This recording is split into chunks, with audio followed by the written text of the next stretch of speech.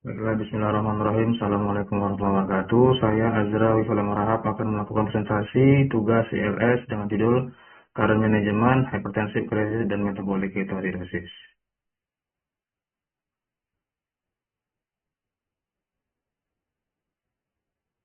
Yang pertama, apa itu hipertensi?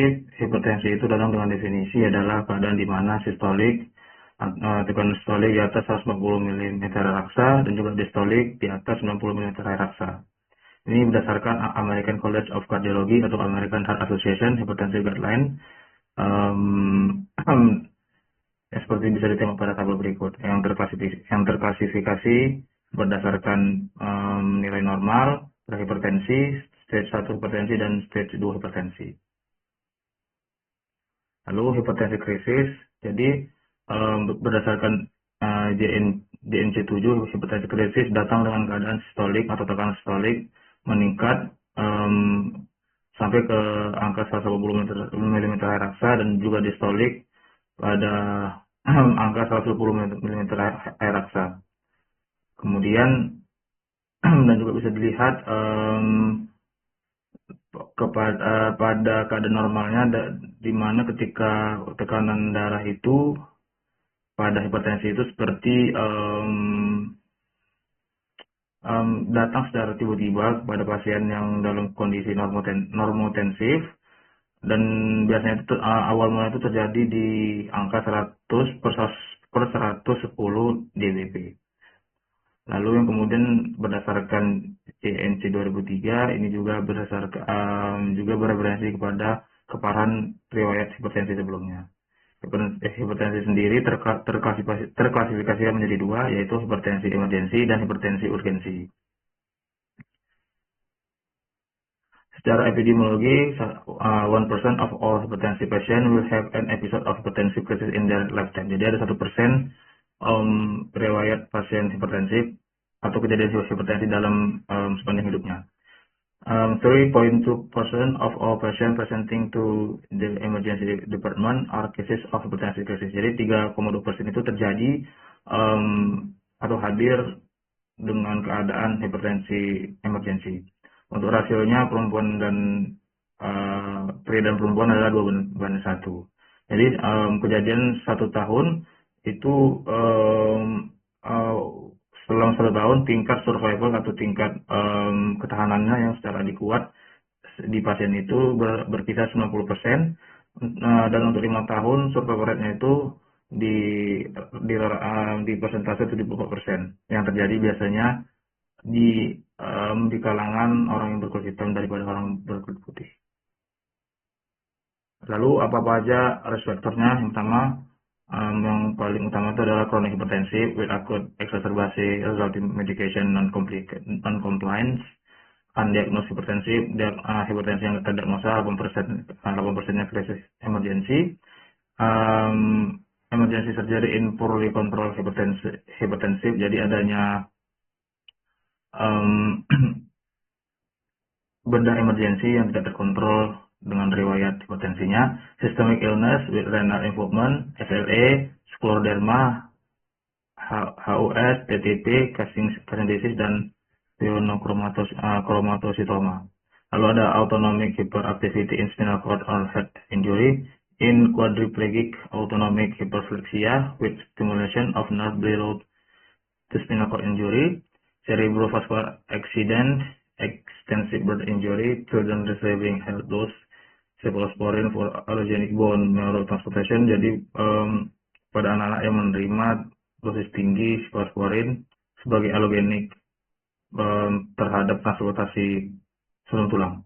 Drugs, oral contraception, cocaine, phenylcyclidine, MOA inhibitor, dan tiramin, linezolid, NSAID, amfetamin, dan adanya riwayat kehamilan. And also, dan juga dari patofisiologinya, blood pressure is a product of cardiac output and total peripheral vascular resistance. Jadi tekanan darah itu adalah output dari cardiac output dan juga total peripheral vascular resistance.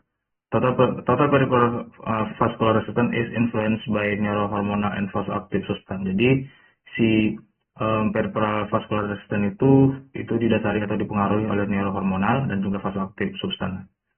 During an acute hypertensive episode, there is failure of autoregulatory function precipitated by one or more of the host of potential causes. This failure of autoregulation then leads to increased systemic vascular resistance in the setting of an organ damage. Release of inflammatory markers ensues, which ultimately causes endovascular injury and fibrin necrosis of arterioles. This led to production of more vasoconstrictor and the cycle continues. The renin-angiotensin aldosterone system also plays a significant role in the cascade of hypertension, stimulating decreased renal perfusion and lowering tubular sodium concentration. This in turn stimulates aldosterone to increase blood pressure by maintaining excess volume through sodium retention and potassium excretion, although potentiating the cycle of uncontrolled blood pressure. And classification of hypertensive crisis. Jadi ada dua pembagian klasifikasi hipertensi emergensi dan hipertensi urgensi. Hipertensi emergensi adalah keadaan di mana hipertensi kronik dengan tingkat sistolik blood pressure-nya 180 mm air raksa dan DPP-nya atau diastolik blood pressure-nya 120 mm air raksa yang tergabung kepada akut dan juga involving organ damage. Jadi adanya dipengaruhi oleh kelainan organ. In commonly affect cardiopulmonary and renal system, yang dimana utamanya berefek kepada kardiopulmonar dan juga sistem renal. The most common damage is ischemic heart disease. Jadi yang paling utama bakal terpengaruh adalah dengan riwayat keadaan ischemic heart disease. Hypertensive urgency adalah di mana kondisi hipertensi yang tidak terkontrol dengan angka systolic blood pressure 180 mm air raksa dan diastolic blood pressure-nya 120 mm air raksa. Yang dimana pasien juga tidak ada riwayat atau gangguan organ yang disertai adanya hipertensi urgensi. Dan juga biasanya tidak ada sangkut pautnya dengan kerusakan atau kelainan organ. Oke, untuk gejalanya, for symptoms are hypertensive emergency, chest pain. Untuk yang si emergency hipertensinya ada chest pain, headache, blurred vision, weight loss, dizziness, nausea, dyspnea, fatigue, malaise, epigastric pain, polyuria, gross hematuria. Untuk urgensi hipertensinya ada usually asymptomatic, biasanya nggak ada gejalanya, mild headache, sakit kepala yang sedang, no sign of symptom are acute and organ damage. For management history, presenting symptom, secondary cause of hypertension, onset of hypertension, duration of hypertension, severity of hypertension, baseline BP, medication history dari riwayat pengobatannya, drug therapy, compliance as of OTC, history of previous and organ dysfunction, renal, CPR, any medical comorbidities, LMP in females, and alcohol use, MAOI plus antidepressant or thiamine containing foods, CPA, accident, head trauma, and brain tumor. For management physical examination, aim to discover whether an organ is being affected, BP measurement, fundoscopy, cardiovascular exam, chest exam, abdominal exam, neurological exam, and peripheral edema. Principle of therapy, hypertensive emergency develop over days to weeks, hence BP should not be lowered acutely or could lead to symptomatic hypertension.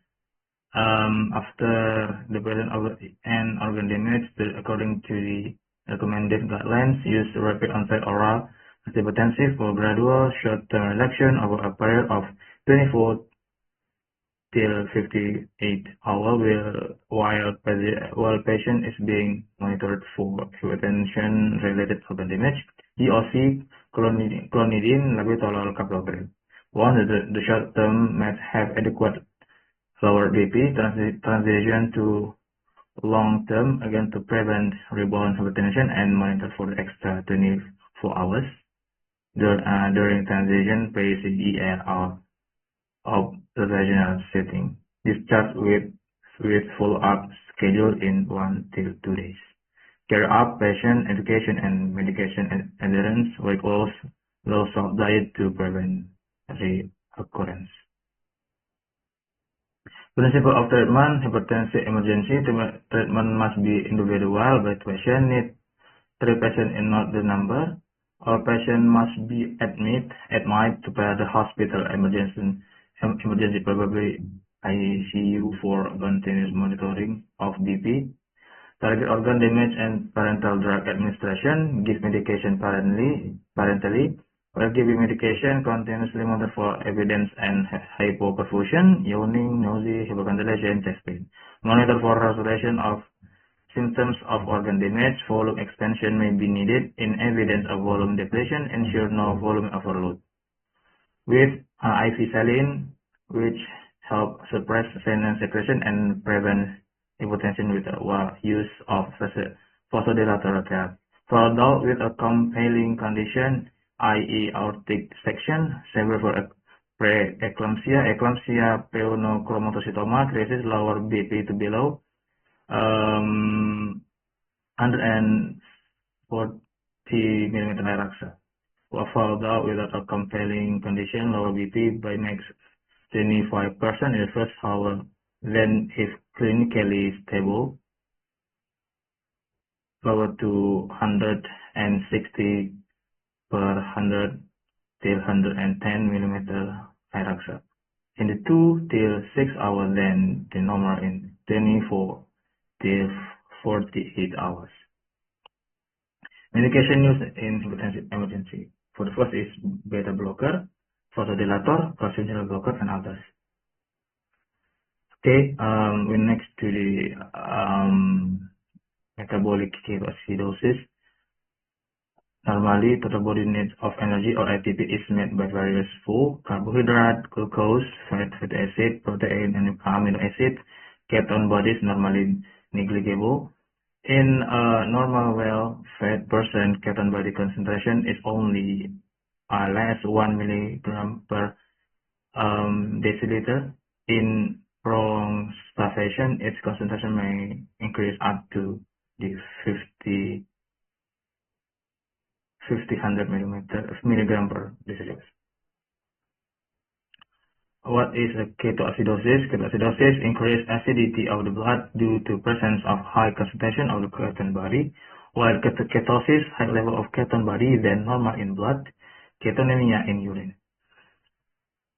Ketones, they are soluble in aqueous solution, don't need to be incorporated into lipoproteins or carried by albumin like a lipid. Ketoacidosis develops when the body does not have enough insulin. The body cannot break down sugar into breakdown fat. Instead, ketones are what is left from this process. The body does not tolerate ketones and tries to pass them out the body. Carbohydrates are essential for the metabolism of fat, or fat is burned under the wire of carbohydrate. Acetyl-CoA from fatty acids can enter and get oxidized in TCA cycles only when carbohydrates are available. During starvation and diabetes mellitus, acetyl-CoA takes the alternate route of formation of ketone bodies. Acetone, acetoacetate, and beta-hydroxybutyrate or 3-hydroxybutyrate are known as ketone body. Beta-hydroxybutyrate does not pose a ketone C=O group. Acetone and acetoacetate are two ketone bodies. Ketone bodies are water-soluble and energy-yielding. Acetone, it cannot be metabolized.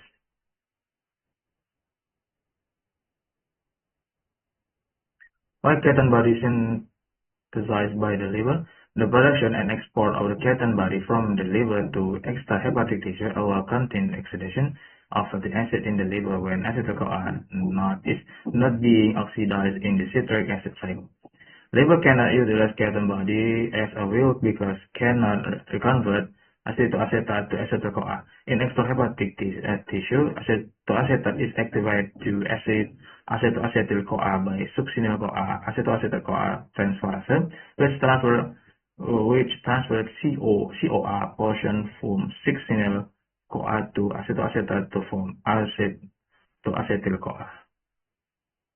Utilization of ketone body. The ketone body are usually transported from the liver to various tissues. Acetoacetate and beta-hydroxybutyrate serve as important sources and energy for the peripheral tissue, such as skeletal muscle, cardiac muscle, and renal cortex.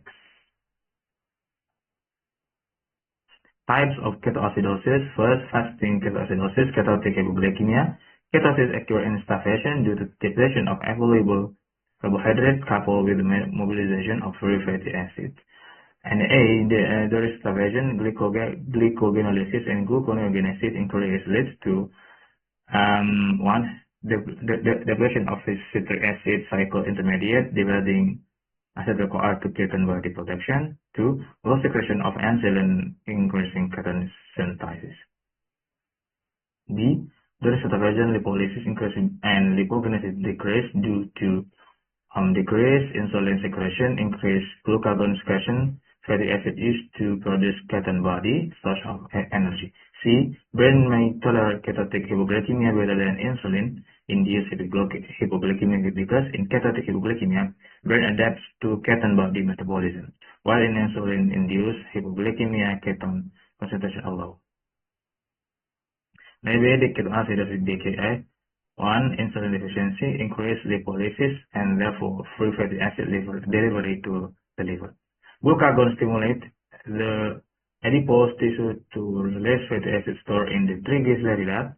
The free fatty acid enter the circulation and are taken by the liver where they undergo beta oxidation to acetyl-CoA. 3. Hydroxybutyrate is quantitatively the predominant ketone body present in the blood and urine in ketosis.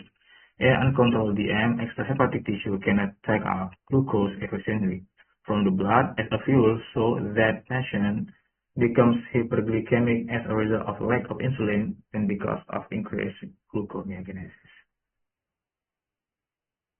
Diagnosis of diabetic ketoacidosis.